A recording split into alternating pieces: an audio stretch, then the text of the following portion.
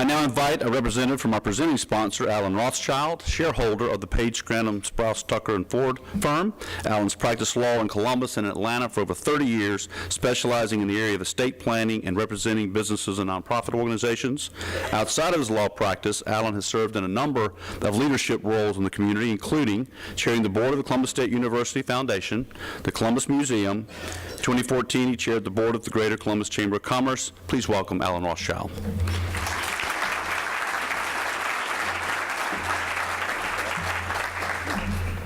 Thank you, Brian. It's a pleasure to represent my fellow attorneys at Page Scranton in introducing our honored speaker today, and I look forward to enjoying this format. I asked Brian if it was okay if the mayor asked him some questions back. He said, no, this is not a debate, it's an interview. So he's already laid the ground rules for that. Teresa Pike Tomlinson is a 1983 graduate of Chamblee High School in Atlanta, where she was inducted into the high school's Hall of Fame in 2015. She's a 1987 graduate of Sweetbriar College in Virginia, where she was recognized in 2011 as a distinguished alumni. And she's also a 1991 graduate of Emory University School of Law. In 1994, Teresa moved to Columbus to practice law with the Pope McGlamry firm, where she met a colleague in the firm, Trip Tomlinson, who used his oratorical skills successfully to convince her to spend their life together in marriage in Columbus. And we thank you for that trip. During her 16 years of active law practice, Teresa was engaged in complex litigation matters, and she was recognized by the firm by being elected as its first female partner. Looking for a new challenge in 2006, Teresa left the active practice and became the executive director of the new organization Midtown Inc., where she worked for 4 years leading that community renewal organization. Looking for another challenge, in 2010, Teresa ran for and was elected as the 69th mayor of Columbus, winning over 68% of the vote. She was sworn in January of 2011 as the first female mayor of Columbus. In 2014, Teresa was re-elected to a second term, again with over 60% of the vote, making her the first mayor since the city's consolidation in 1971 to win re-election in a contested race. Teresa has 6 times been named as Georgia Trend's 100 Most Influential Georgians, and she's well known throughout the nation for another hat that she's worn in recent years. She and a number of other interested alumni of Sweetbriar College were very disturbed to learn in 2015 that the then current board of the college wanted to close it for financial reasons. They came together, successfully reversed that board's decision, had a new board elected, and for the last 2 years, Mayor Tomlinson, in addition to her duties here in Columbus, has chaired the board at Sweetbriar College, which has gone through some major changes, now has a wonderful new president, and is on the upswing, which makes my wife, who's also a graduate of Sweetbriar, very happy. It is my pleasure to welcome Mayor Teresa Tomlinson. Thank you so much.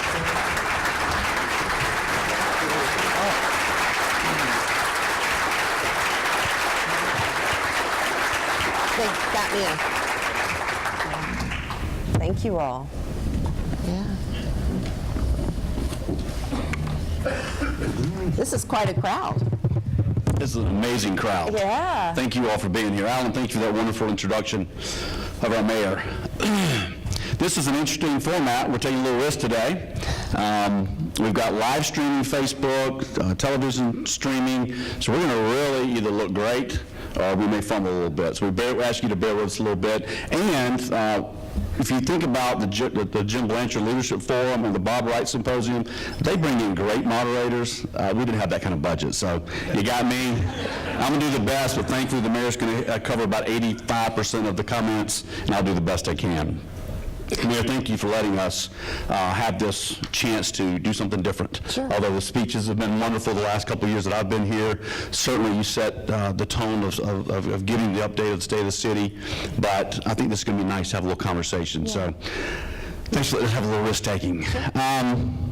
Why would we want to do a format like this and do something different? Yeah, well, I think, well, first of all, let me say, I cannot believe the size of this crowd. I think this is probably the biggest one you've ever had, and so, Sweet. Brian, I commend you and your staff for all that you've done, and I do want to say to all the folks, Brian's already mentioned, so I'm not going to redo that, but it's amazing to see you all. Thank you for being such tremendous leaders of Columbus, Georgia, from my old law partners here from Pope McLamry, department heads, our city manager, and city council, but all of you all who do so much to make this a great city, thank you. I think, you know, Brian, we have had these 6 or 7 State of the City speeches, and those are great things when you're setting out what you did last year, what you're going to do next year. But instead of being talked to for a change, I thought maybe a conversation was more appropriate when it's as much retrospective as it is prospective, given that this is the last one. So thank you for Totally being agree. flexible.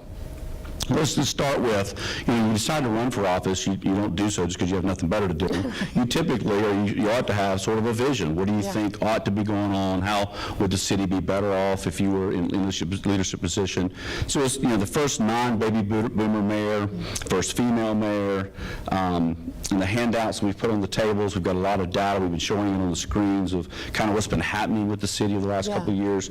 You know, how would you describe or use the word transformational in talking about the times you've been our mayor? Yeah, I think there were a couple of things going on. You know, when I was running in 2010, the city was on the cusp of a really transformational time in and of itself, regardless of who the next mayor was going to be. But I do think bringing to it sort of this generational bridge from the baby boomers to the Gen X generation brought a certain energy and excitement at the right time for this city. A couple of things were going on that maybe not all of us appreciated, but we were transitioning to a majority community.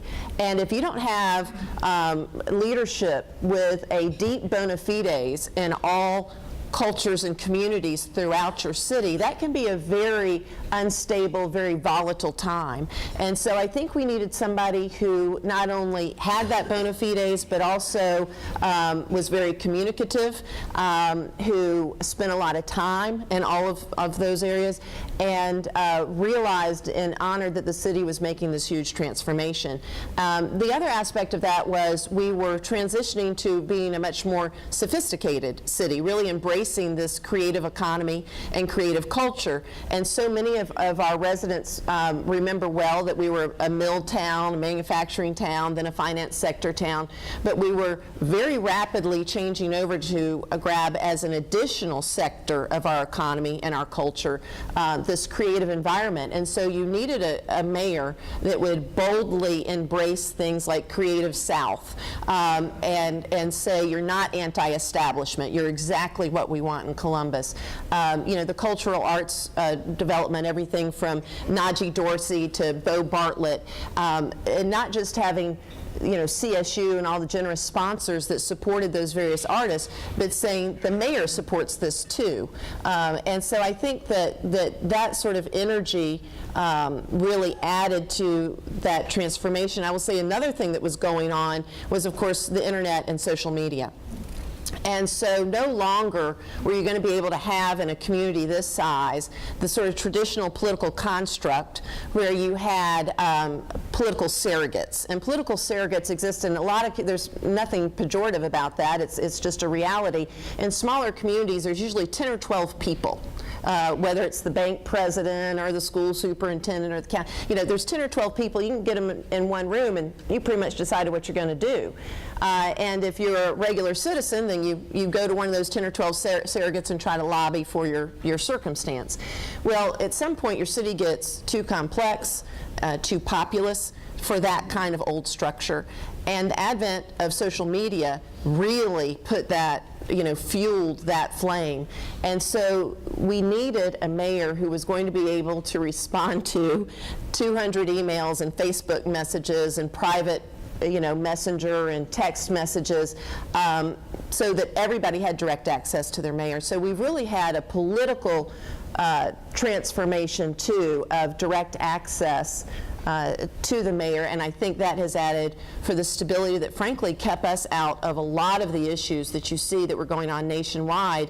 When a community is stressed, when something horrific happens, if all of the people don't feel that they're honored and respected and that they have the ear of the elected leadership, then that's when things can go south pretty quickly. So that would be what I would be referring to. We have really launched ourselves into our bright future.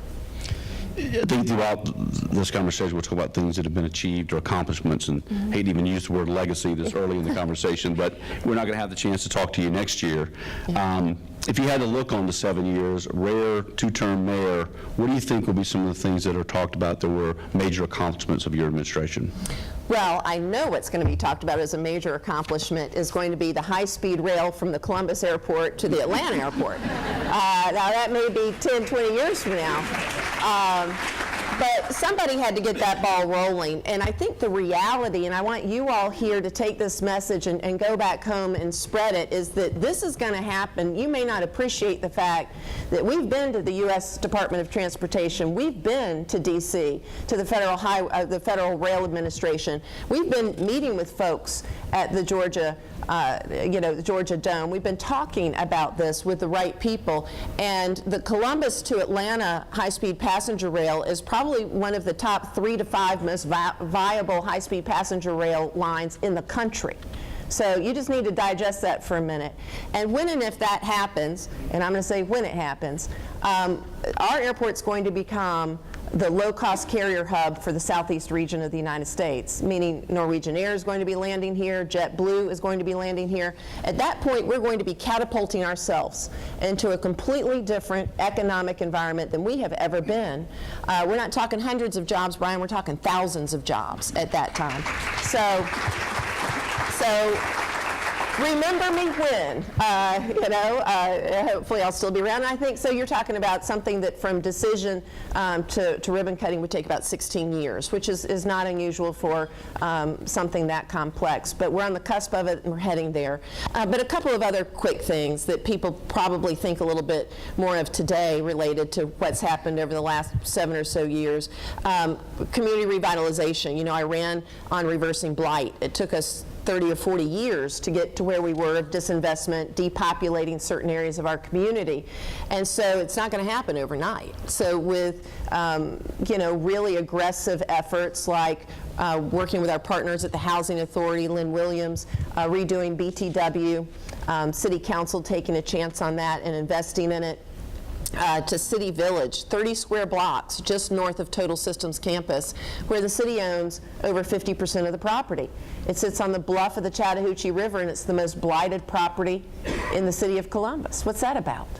And so those are the things that we now have a 4-phased plan to turn that around, to make that a creative village, to make it a place where people want to live, to expand the success of Uptown. And I think that, most certainly will be a legacy. And I would like to think some of the other things, and I'm sure we'll get more in depth with probably more particular questions, so I won't belabor the point. But this really has been 7 years of some intensive solution making and strategic thinking in some pretty difficult circumstances, with the help of our city manager, our councilors, our finance director, and others. We've been able to completely remake our budget. And I'm saying we've saved you tens of millions of dollars. And hopefully we'll talk a little bit more about that if Brian gets into the specifics. But that has been something that's been transformational. I think also, things, quality of life, adding 66 miles of biking trails so that we do have that type of environment that millennials want to come to. When I came into office, maybe a lot of you all don't, this isn't an important issue to you, but it's certainly a mark of how sophisticated of a community you have. When I came into office, we were euthanizing 80% of the pets that were brought into our animal care and control center. Now, even if you're not an animal lover, that just kind of strikes you as, is that the best we can do, right? But many of you are animal lovers.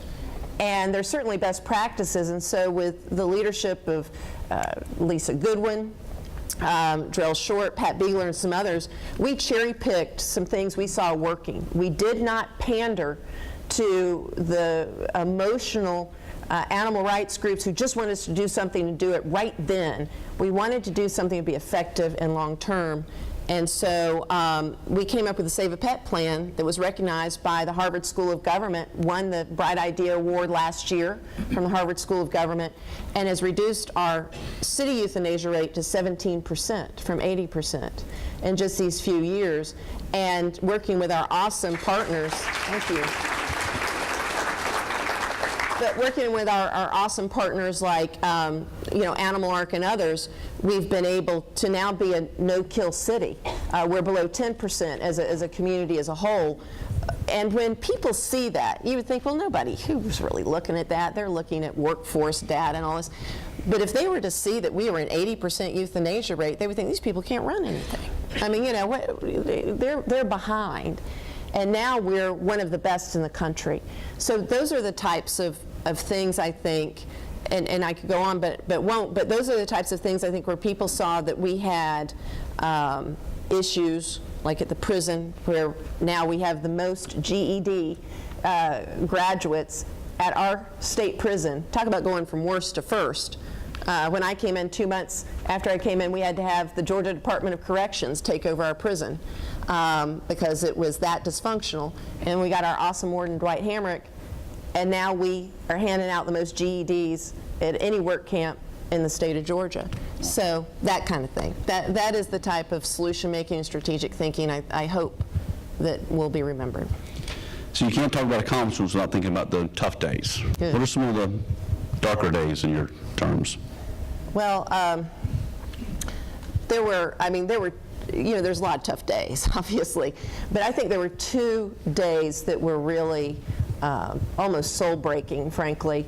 One was certainly the lawsuits, and the other was we were moments away from having to lay off about 120 of our workers. But I'd have to say the most difficult one was the day the lawsuits were filed. We had 4 elected officials sue our city council, our administrative staff, the mayor, over budget issues.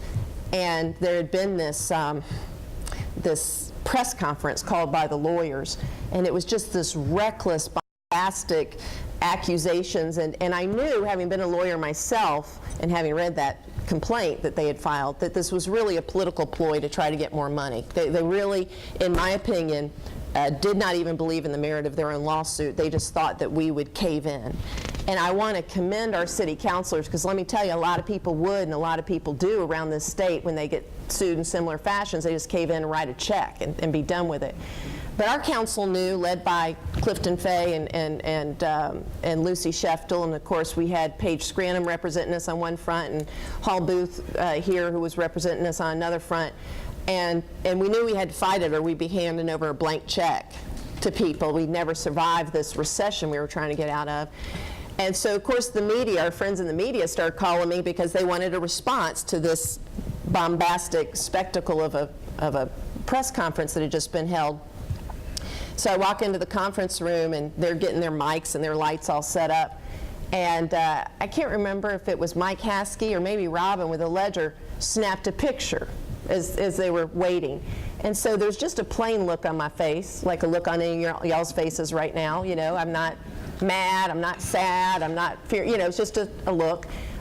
But my eyes, I actually got a picture of this from the ledger, and I have it on my desk at home.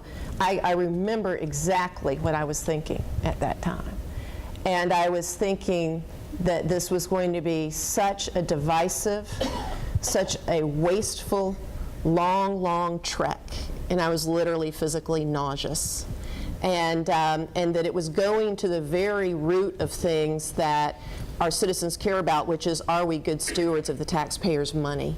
And so in order to leverage a little bit more money, they were undercutting the very basic credibility of the city, and I knew it was going to be a tough time.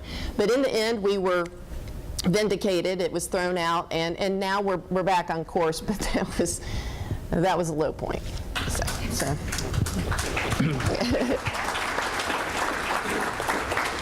It's not like the National State of the Union. You may clap, you may not be divided. You must No booing. come together. No booing. Conversely, what would you tell us about, you know, the good, maybe some of your best days, or something you're really excited happened, or your greatest joy in office? Well, you know, there are a lot of high fives, let me say. I mean, when you pull something, when you pull victory from the jaws of the defeat, as city manager and other folks in the room we've done, those are great days. But I have to say, you know, working with, I don't know that you all know this, but the mayor actually works a lot with kids, because in the second grade, kids learn about government. So I go to every single elementary school and speak to every Girls Inc. and, you know, all that, and talk about government, every camp. So one day I'm at this local elementary school, second grader. I mean, the kid can't be 7 years old. And he walks up to me in the most adult voice, and it was 2014 because I was running for re-election. And he says, Mayor, he said, I went to camp this summer at the National Infantry Museum camp. He said, there were veterans in and out of that place all week long. If you need some help with the veterans vote, let me know. And then, but probably, and I could really write a book, I swear to you, but there was one, I tell you, beautiful moment that had to be the most joyous moment. I went to another elementary school, and you know, afterwards the teacher wants to take a picture to hang it up, you know, on the wall and show the kids, that's the mayor, she was here. So we're all, you know, huddled around, and they're second graders, so they like to hug, and I felt this little head right in the small of my back. And so I turn around, there's this little boy there, and I can't remember what he said now, but he said something really smart. And I said, well, aren't you smart? Your mom must be so proud of you. And he hung his head and he said, I'm a foster child. And I said, you're a foster child? I said, man, they are so lucky they got you. They could have had anybody, and they got you. And he said, I'm Mexican. And I said, you're Mexican? I said, did you know that Mexicans invented math? Of course, I was referring to the Mayan discovery of zero and all that.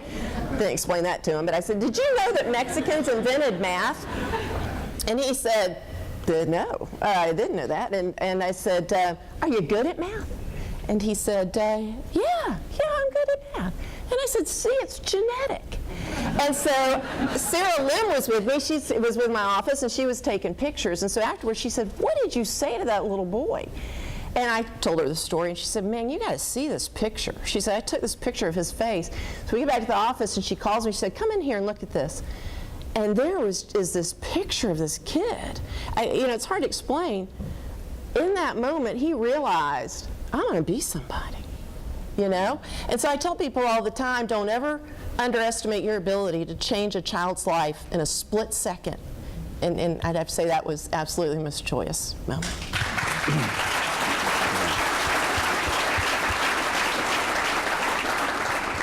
Kids can do that to us. That's awesome. Yeah. Let's get into something a little more probably mundane. That's the topic of budgets and the overall management of the city. That's a primary function as a city mayor, city council, city manager. You've got to provide for the resources needed to provide services. So, you know, since 2011, we've had stagnant recovery, recession, low revenues for the city, a sequester threat, drawdowns, Fort Benning, real fun headwinds. It's like, how did you go into dealing with those, and how do you think we've come through that? well, it's like civic post-traumatic stress syndrome to hear you rattle all that off. But, you know, it was tough. Here we're facing the deepest recession, longest recession we've had, certainly the most economically impactful thing that's happened to the entire nation since the Great Depression, and Columbus was hit as well. And the effect in Columbus was just incredibly long. I mean, it was just incredibly long.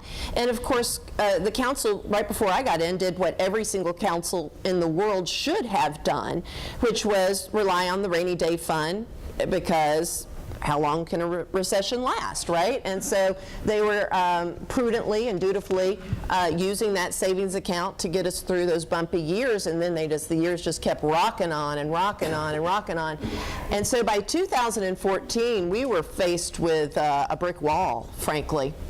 There was no more savings. That was it. And revenue was still down, and sales tax was still down. And then, of course, the sequester and the drawdown from the Mideast, the conflicts in the Mideast. So our 40,000 person employer begins to decline in activity, which then just prolongs that recessionary effect and continue to have a downward trend. You know, a lot of people don't realize this, but since I came into office, our revenues have decreased 4.3%. And so we had to get smart. The first thing we did was reform our pension, which everybody assured me was absolute political suicide. But we went through the painful, long process and had about 10 months working with, you know, public safety and the general government kind of get at odds about things, which makes it very politically volatile. But we were able to get it passed unanimously. We've saved $18 million to date. And in the first 10 years of that reform, we're going to have saved the taxpayers $55 million because we reformed it. And that's the only way we made it. That's the only way we made it. We reformed our health care, you know, which was increasing, obviously, got really innovative with some genius work by Aretha Hollowell, Pam Hodge, and some of our you know, consultants that help us. Got a health and wellness center, and basically went from $27 million a year to $23 million a year. That's how we were able at the very last minute to avert laying off 120 people. But one of the political difficulties, of course, was the very people who we were going to be laying off, you know, they didn't know exactly who it was, but they were the ones who fought us the hardest about increasing deductibles and increasing co-pays. But we went through those choppy waters, and I think that was maybe unanimous too. And again, we've certainly curbed the cost of the increase and then reformed that from 27 million to about 23, 24 million, which has saved us millions. So I would say, and then you've got workers' comp, which has been cut in half, saving millions. We've stopped sort of a trend that we're not, nobody's who's still with the city really even knows how it started, but of laying out some pretty big sums to nonprofit organizations that we all care very much about, but you know, didn't need to be part of the city's budget, saved about $1 million a year. So the long and short of that, Brian, is that we've completely reformed our budget, so we're in a very good place to move forward and take opportunities in the future. But I think, and you and I have talked about this, and I know the Development Authority is very clued into this, but we've got to continue to diversify our economy because the, you know, federal ebb and flow of funding for our military bases is dependent on a lot of different things, and we can't have our community, you know, held hostage by that. We need to have other irons in the fire. So with those accomplishments or changes, reformations, are you bullish on the future financially? Does the next mayor and council have a little bit of breathing room, or what are the challenges going forward? Yeah, I think there's a little bit of breathing room. You can see in some of the charts that are up, you know, that we finally are seeing an uptick in our property tax digest, so that's a good trend. We're finally upticking in a sales tax. That looks good. And we are very lean. We are very efficient. We have proactive executive staff, as I said, and so they're going to keep that. I think maybe for the future, the tough political challenge will be not to revert to some of those, you know, there's always people who want a little some, right? And so, and it's tough to say no because it's all just as valid as the request that came in before, and you want to do it, but not to revert to old habits of funding things that maybe we shouldn't have been funding, and keeping on this with the pension reform and so forth to continue reaping those benefits. So yeah, I think we are set. We are so ready to jump into this future. And it's time. Yeah. This last 6 years, time to move on. Moving to probably the most public issue or talked about issue, let's talk a little bit about public safety. Yeah. A lot of us are interested in crime and our city being the safest it can be. You know, social media, good, bad, or indifferent, talks about things. sometimes with the facts, sometimes without. But, you know, you see comments like crime is out of control, you know, it's unsafe, don't go down this street. How would you describe what's currently happening in that arena versus what maybe the perception is? How do we, you know, thank our law enforcement, public safety officers who are out there every day? Give us a little contexture on that. Yeah, well, first I would say, and this is one of the most difficult things because there's a huge disconnect between the actual facts and the emotionalism we feel about this important issue. And so I tried to come up with an analogy. I think when we look at our crime stats every year, we need to look at them just like we do when we go to get our annual physical, right? And the doctor comes in and he says, man, you've lost 15 pounds, you stopped smoking, you know, your blood sugar's way down, but man, your cholesterol is through the roof. You're going to have a stroke. We got to do something about this. Well, you don't go home and start smoking and eating Twinkies, right? I mean, you keep what you've done good and what you're making progress on, and then you start taking your medicine, your treatment, and so forth. We got to think the same way about crime. I mean, this is a very dynamic, you know, multifaceted community. And so I want you all to look at the materials that you've been provided and take them home and be prepared to engage in conversations, because I cannot believe the number of community leaders that I see on Facebook or that just parrot these things that are just inaccurate. Our crime is down since we approved the OLOST in the 2008-2009 timeframe. Our crime is down 39%. So your investment has paid dividends. And overall crime is down, as I said, 39%. That is the lowest Part 1 crimes have been in this city since 1984. 1984. Our larcenies are at a 34-year low. Larcenies are at the lowest rate they have been in Columbus, Georgia since 1983. Auto thefts are at the lowest rate in 25 years. Burglaries are at the lowest rate in 15 years. Aggravated assault, the third lowest rate in 28 years. Murders was the highest rate we've had since 1980, since we started keeping the statistics in this particular way. So is crime out of control? No, murder this last year was out of control. But I will tell you, you know, during my term, we've also had 2 years where the murder rate was 17, 2 years where it was 20 or 22. And so those weren't good years either. Nobody was calling me then saying, woohoo, great job. They were saying, how outrageous, we had 17 murders. You need to get busy, right? So it's never going to be low enough. Until the year that we report 0 murders, it's never going to be low enough. And you need to stop participating in beating us up. It's almost like if you woke up every day and told your child he was worthless. Eventually he's going to start believing you. So if you wake up every day and start telling your friends and your colleagues and your neighbors that this is a crime-ridden hellhole of a city, people are going to start believing you. So arm yourself with the facts. I'd like to see another community, another police chief that has reduced crime 39% in just these few years. So, you know, we all like to thank police officers. I'm not asking you to not be factual or to be delusional or any of that. We can talk candidly about crime, absolutely. But you need to know that these police officers have been equipped by our city council with the budgets they need.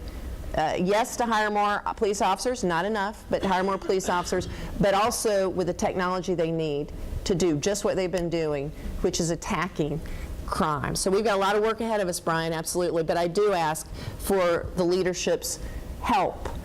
And not just for me, I mean, this is my last rodeo, right? It's my last time around. But even for the next mayor, be more responsible, please, and how you talk about crime. Educate yourself with the information. In response to that, we have started a public safety committee as one of our standing committees at the Chamber, primarily to keep this conversation going, to make sure we are looking at facts, making sure that we can address issues transparently and offer the accountability we need. We don't need to be playing into the narrative. We need to work with our police chief and officers and other public safety leaders to make sure that we're telling the facts. And so if you have any interest in hearing about that group, talking to them, there's going to be open meetings. It's not a secret chamber committee, but it's one of those meetings that's important to keep this conversation going, in addition to the work of Columbus 2025, which is, you can't get crime to certain levels unless you do something about poverty and helping people move up the ladder. So we're working on that simultaneously. So thank you for those questions. And I think it would be appropriate this time if I had an applause sign. Please thank our public safety officers.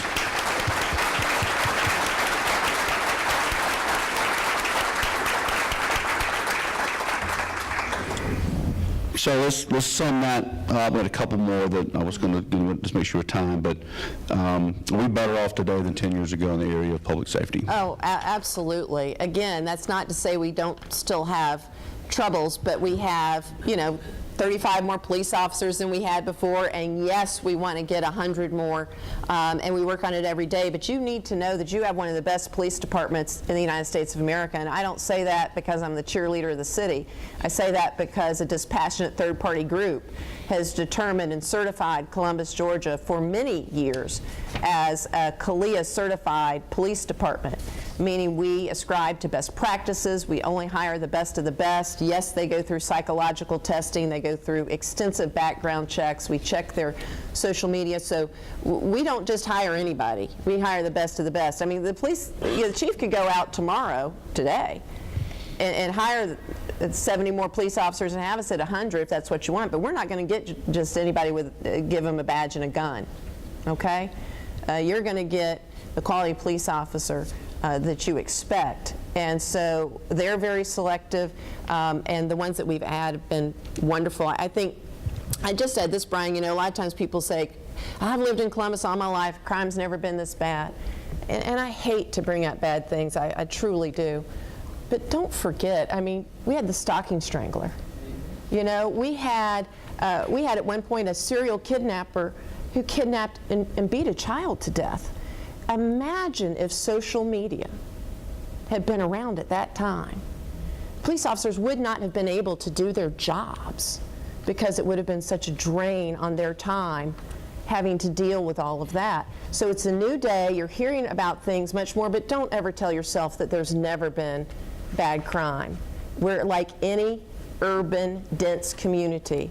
There are going to be people who do bad things, and that's why we have ourselves an awesome police department. But yes, it's much better, and we're on a positive track. We have one of the best and largest young professional organizations probably in the country, and these folks are engaged, they care about this place, and so we went to them and said, what's on your mind, what's some thoughts you have? And they had a couple of questions they wanted to get your opinion on. For instance, how do you think Columbus 2025 will affect the city of Columbus? I have to say, I think that is one of the most important endeavors we have going on right now. And not everybody appreciates, I know you had the annual meeting for Columbus 2025, so hopefully everybody's up to date on the progress they made, so I won't belabor that. But this is basically where the Development Authority and what people think traditionally of what Development Authority should be doing is meeting the reforming of our poverty situation in our community, because Brian at the Chamber or other business leaders and Development Authority leaders have recognized that we can't deliver the workforce we need to be a competitive community if we have a 20% poverty rate. You just can't, because it affects how the kids do in school, it affects the crime rate, it affects the quality of the workforce. And so, we can bang on the superintendent all day and tell him to get better curriculum and better teachers and all this, but if we haven't done something about poverty, if we haven't done something about blight in neighborhoods, then we're not giving him the resources he needs to mold our great new leaders and our great new workforce citizens. So Columbus 2025 doesn't talk a lot about that aspect. Maybe they don't flesh it out quite like that. They're very data-driven. But that, I think, is so revolutionary. You, Brian, are to be commended. The folks that are leading that, Billy, Audrey, and Jimmy Yancey, need to be commended for their leadership, because it's going to fundamentally change things in this community. And it's looking at that next diversifying, creative culture in a way. It's looking at things like our film industry that CSU is so involved in, getting involved in the Film Academy. We've had some great meetings recently about great things that are probably going to be happening there. Entering into the robotics industry, partnering with Fort Benning and Fort Benning Tech Park, and again CSU. And so, what you all have done with the Chief Entrepreneurial Officer, the next Google is going to be invented here, right? Because we're tilling the field for that possibility. And that's where communities want to be for a great future. Did you hear that, Frank? Google. We've mentioned throughout this first few minutes about social media in a couple of different ways. How has that helped or hurt the ability to lead a public entity, a city government? Yes, is that an answer? It's helped and it's hurt. I mean, social media is such a good thing, obviously, and it helps with transparency. As I was saying before, people feel, I think, directly connected to the city government, certainly to the mayor and to other elected officials through social media. But with that transparency comes more vulnerability, right? And so you become vulnerable to more criticism, and sometimes, frankly, it's too much information. But that's okay. We have to get used to digesting this information. A lot of consternation with the crime stats, frankly, and with our budget information. We'll have people come to City Council on the public agenda just raising Cain because they got hold of something I put on the website. I'm sure the counselors are going, can she just not? But they've got it on the website, and they don't understand the difference between municipal accounting and regular business accounting. So they're all mad that we're, quote, hiding money, and they just don't understand that we don't sell bridges once we build them, right? We don't auction off our roads or our parks. We're not a business in that sense. So I would say it has helped us, but we're still in the throes of our citizens digesting all of that information for it to be productive. Yeah, I told some young Leadership Columbus students yesterday that, the difficult for me at my age, and I'm pretty engaged and in tune, it's hard to get the facts. I watch multiple news stories and hoping I can figure out what's the truth as I navigate through them, because everybody's got their own filter or paradigm they look at the information from, and it's going to be even harder for our young people. Oh, yeah. They only look at what they see texted or on the social media sites or what other people want to put into the media. We've got to be good stewards and good civic citizens about how we process information. Yeah. This is interesting for my young professionals. They're a smart group. Looking at the issue of using prison labor, and I guess even in the context of judicial reform, but what's going to happen to our city if some future decision is made about you can't do that? Well, let me just say, first of all, I'm not sure everybody appreciates that we have the largest work camp in the state of Georgia. And I also don't know if everybody appreciates what a volatile civic issue that is. There is a large segment of this community that finds that reprehensible, offensive, right? And then there's a large segment of our community that's just the way it's always been. So, they're prisoners. They get out and see some sunshine, do some work, So you have this huge dichotomy. So there's always the opportunity that a court may get involved, or certainly politics may get involved. I will tell you that just a few years ago, I think it was maybe 2 years ago, there was some real talk about doing away with work camps. You need to understand that our work camp yields about $17 million in value to this city. So right now your garbage fee is $17 a month. That's because the labor is largely free. If the work camps were to go away, you need to start thinking in the range of $32, $35 a month, okay? And that's just sort of the beginning. So one of the things that I think we've been doing with the budget is getting it in a place to where we are so efficient that if we get thrown a curveball, we can hopefully have a little bit more in the rainy day fund to transition us to this new era.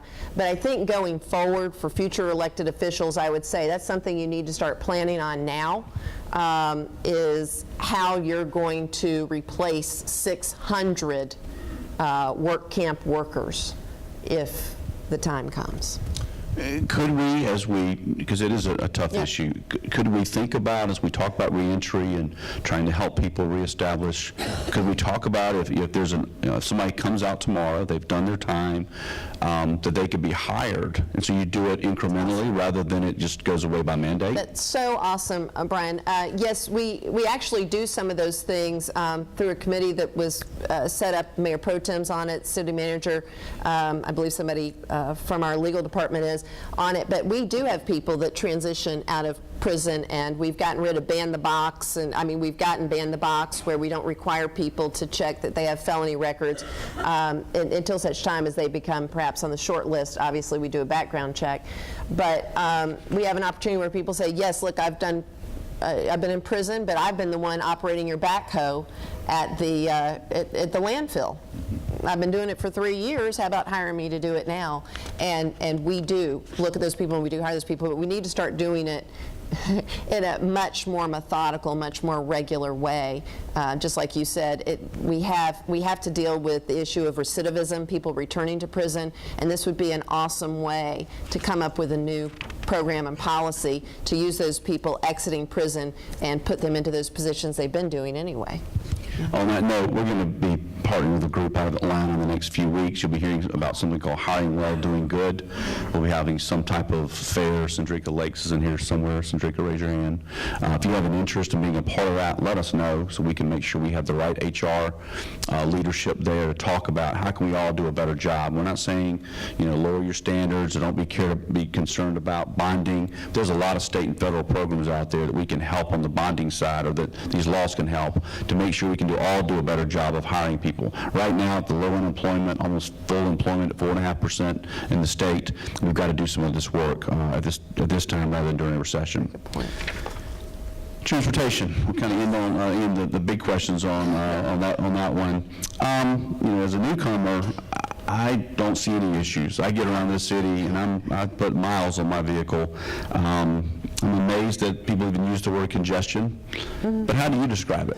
Well, it's amazing. Actually, transportation in this city has been invested in very, very well for many years.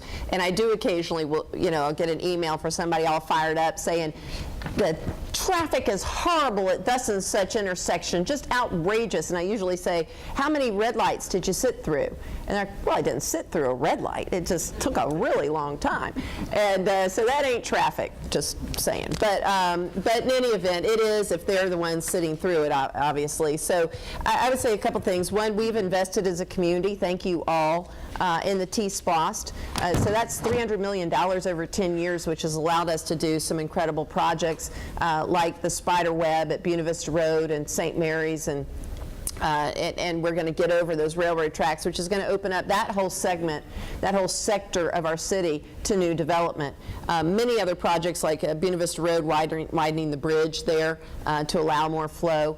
But those projects are going to make a huge difference. We also have our 30% of the OLOS, which we use for infrastructure, road repaving, things of that nature.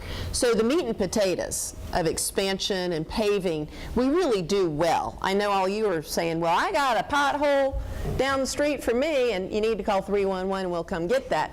But yes, we do the meat and potatoes well. We're well funded for that. But when you start looking at these other things like high-speed passenger rail, really working on our transit, because millennials don't care to own cars. And certainly these Gen Z kids don't intend to own cars. And so how's this city going to accommodate them? Zip cars, public transportation, using Uber creatively, having walking, biking trails. If you're of a certain age, you think these walking, biking trails are silly because they're just for people in spandex riding bikes, right? That's actually laying an infrastructure for people who never intend to own a car. I know that blows your mind, but trust me, they're out there, and they're actually the very type of people we're trying to lure to Columbus, because it's that next generation that that employers want to see coming here. Well, and again, House Bill 170, us being one of the 3 regions of the 12 that passed the regional T-Splots, we do have resources we haven't had before, and so hopefully we'll be able to continue to plan effectively that we're out front of any future congestion or capacity issues. And the House just dropped House Bill 903, which everybody needs to watch, because that really would open up even more funding for some of these innovative things we're talking about with transit, high-speed passenger rail, and that's some of the stuff that Calvin Smyrie, the dean of our delegation, has been working on. If that happens, that's huge for Columbus. Yesterday, the House Transportation Committee held a hearing on a $5 billion possible project or possibility of funding for expanding MARTA into Gwinnett and Cobb, which would have never been thought of 5 years ago. So transit is certainly moving at a light speed, and you do need to watch it because it's going to change our state, hopefully for the better. I'll throw you a curveball. You are the first female mayor. Yeah. You and I had a conversation at the Capitol the other day that of all those big 8 by 10 foot portraits, they're all men. Yeah, right. Is it tough being a female leader, or are we making strides that we can quit talking about it? Well, I mean, first of all, it's like anything. We're certainly making strides. But I guess since you threw me a curveball, I'll throw one back. I guess I'll be very candid. I will say that I never experienced gender discrimination as a professional. One, because I worked in a law firm, so the men knew better. And so they knew. But, and they were very good people, too. But I have to say, you would not believe the things that come out of people's mouths when you hold public office. And there is a lot of gender issues still. I think a lot of times things that are politicized are because, and I hate to say this, but I actually feel bad for Chief Boren, because I think he takes a lot of water sometimes because it's a female public safety director that some folks just don't want to believe is presiding over a time in which crime has fallen 39%. And so I hope that, and that's fine with me. Look, I can handle it. I got into this business because I have a super thick skin. I guess it's genetic, but I do, and so that's fine. But I think you just need to think about that a little bit.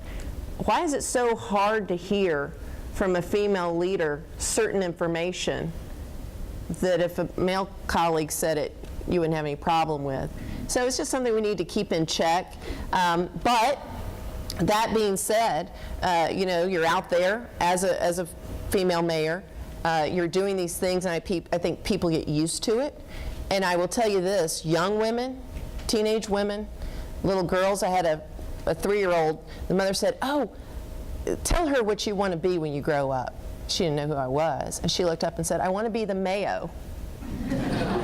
So I think that, being that first leader, despite some of the bad days, despite some of the challenges perhaps, it's changing things. As we get close to our time, do we have any questions from the audience? Amy, anybody got any cards been passed forward? If you guys want to fan around and collect any and bring them up for me as I get to a couple closing ones. So as we wait for those to come forward, Mayor, what's left undone, or what's next? Well, I would say, there's a couple things we need to continue, right? Reversing this blight. And we can't just stop and say, well, that was important to Mayor Tomlinson, so we're not going to worry about it anymore. We've made such strides. We're on the precipice of doing some great things that will reverse blight forever. City Village, Liberty District, many others. So we need to keep that in the forefront. As I've said, high-speed passenger rail, obviously. But the thing that's on the front burner for this next year is pay reform. We've done we talked about public safety before, but we've increased pay for our police officers 22% since I've been in office, and if this pay reform goes through, it's going to be 25%. But what we haven't done is invested in like kind for our general government employees. And so we've put a plan on the table that we believe is sustainable. We believe that through some hard work and information, Council is going to be able to adopt, and that's something we have to do, or we're going to continue to lose great people. And so we're going to have to invest in the type of expertise and professionalism we want in the city. So I would say most certainly pay reform. And we hope, it's not big news because we've been talking a little bit about it, this recession has left us in a period of time where we've not been investing meaningfully in resources and assets like South Commons, which we built for the Olympics in the 90s. If we're going to remain competitive and to continue to have these softball tournaments and economic tourism, we have got to reinvest. We've got to reinvest in our parks and rec centers and things that you all appreciate and use every single day. And we've got to have a new government center. It's not a luxury, folks. That place is frankly a fire hazard, as you have read. It's not a place that we should feel comfortable inviting the public into in the future. We've certainly done what we can to mitigate any risk, but it's not something we can continue to do. So I would say, I hope that the things to do is that in 2020, the city will put on the ballot for your consideration and hopefully approval a one-penny splost to get us back up to where we need to be, investing in this capital that will, we've got our bicentennial coming up. I mean, in just a few years, in 2028, you think, oh, that's so, you know. But for a bicentennial celebration and reflection, you need to start planning now to make sure you're where you want to be. When somebody says it's 200 years, are you the type of city you need to be? And we need to be able to say yes. So we got to start planning now. As mayor, you've got universal power. Oh, yeah, right. What's, Yeah, when I find that, I'll let you know. If you could change one thing, what would it be? Change one thing. I would say that, you know, it is true, if you're a naysayer, right, if you're a negative Nelly, you're going to get more attention governmentally than anybody else because you're the one who's calling. You're the one who's writing letters to the editor and sound offs, and you're the one who's posting on Facebook, just. And so from any elected official, it's easier just to give you the government you want and move on. And all you good people, you dignified, respectable, polite people, never call. And so you get naysayer government. You need to remember that. I mean, just recently with the 13th Street issue that we had, I mean, that was really hard for councilors because the naysayers were ringing off the hook, right? And then every time I'd run into somebody, they'd say, oh, yeah, I'm totally for that. I hope that passes. And I'd say, did you call your counselor? Oh, no, it's definitely going to pass. I was like, well, no, it's not definitely going to pass. I mean, when it first came up, I would say it was maybe 10-0 or 8-2 against it happening. So it was only because you all got involved and started calling your counselors and talking about what it meant to you that you were able to get the good government you feel you're entitled to. So if I could change one thing, it would be good people got to speak up. You got to speak up, and you've got to start calling your counselors.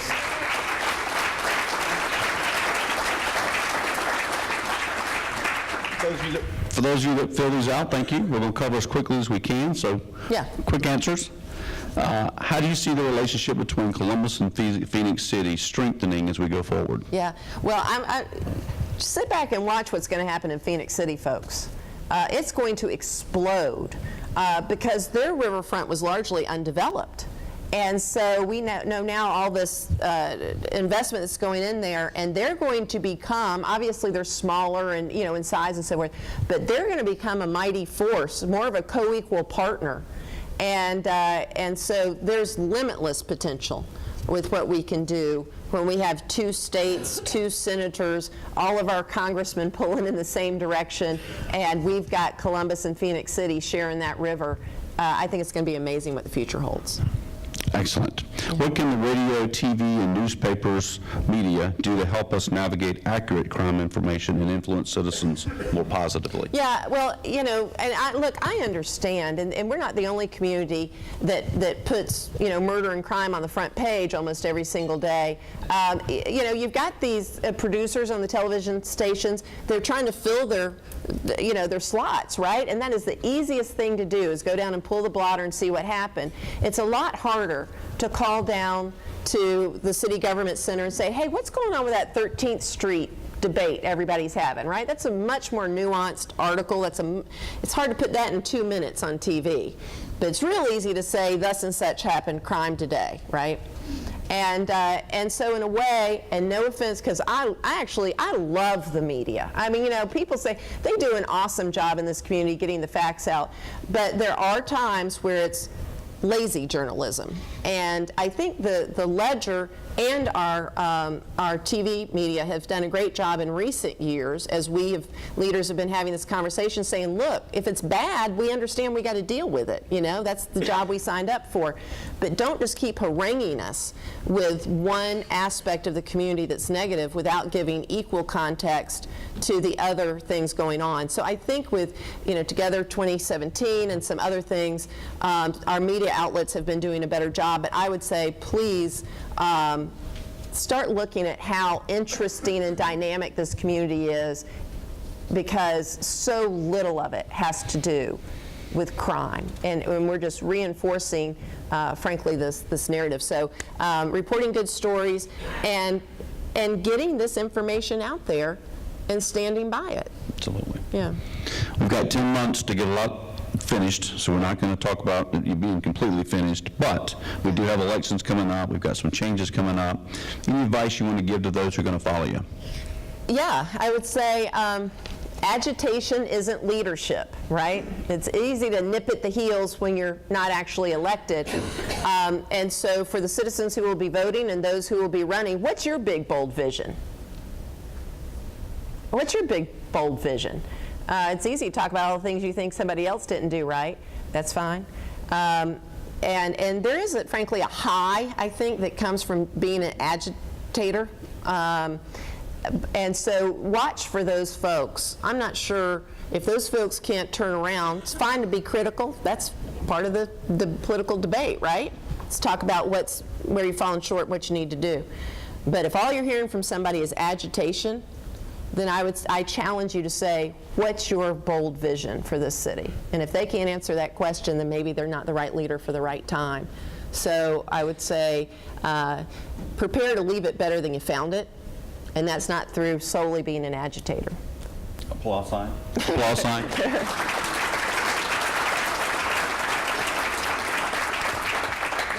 I'm still new, but I'm here because what I think is a very full toolbox. Yeah. And we've got even more potential to do double what we've done in the last 20 years. But how would you say we are going into 2018 and 19? Well, I mean, I'd say, first of all, the state of our city is incredibly strong, right? That's what this event is about. It is amazing where we are, and Brian, you're so right. Our partners have been waiting for this moment. There was a time in which we needed to retool to meet this future, this creative economy, this technology economy, this minority-majority community we now have. We needed to retool to appreciate the awesomeness of what we have, and we're there now. We've done that hard work, thanks to you at the Chamber, but a lot of folks in this room who helped retool their organizations to be ready to help us. And so we're there. In fact, you asked me about my legacy. Maybe my legacy will be the one that just rode the boat so the rest of y'all could go down those awesome rapids of success, and capture this big, bright future. Well, you don't get accomplishments without leadership. So you, Mayor Pro Tem, council members, city staff, we're very blessed, and we appreciate your leadership. Thank you so much.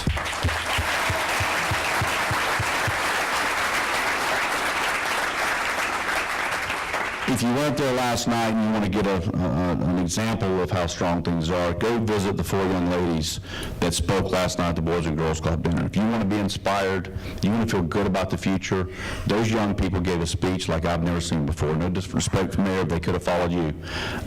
These young ladies were awesome, so I do see the best in what we have to go forward. And if you need examples, go look for it in those types of settings. I'd be I'd fail miserably if we didn't mention that we're in the middle of the 100th anniversary celebration for Fort Benning. Next Saturday, the 24th, 9 to 3, at the National Infantry Museum, we are having the party of all parties. And I say we, it's a community. Families, bring anybody you can. We're going to celebrate all that our men and women have done for the last 100 years, what they will do protecting us going forward, what they do in our community every day and leading our Sunday school classes, coaching our ball teams. The NIM, 9 to 3, February 24th, Saturday. Please be there and have fun. Thanks for being here today. It's been an awesome experience. Thank you for taking a risk. You bet. Thank And you. come back and see us next time. We're adjourned.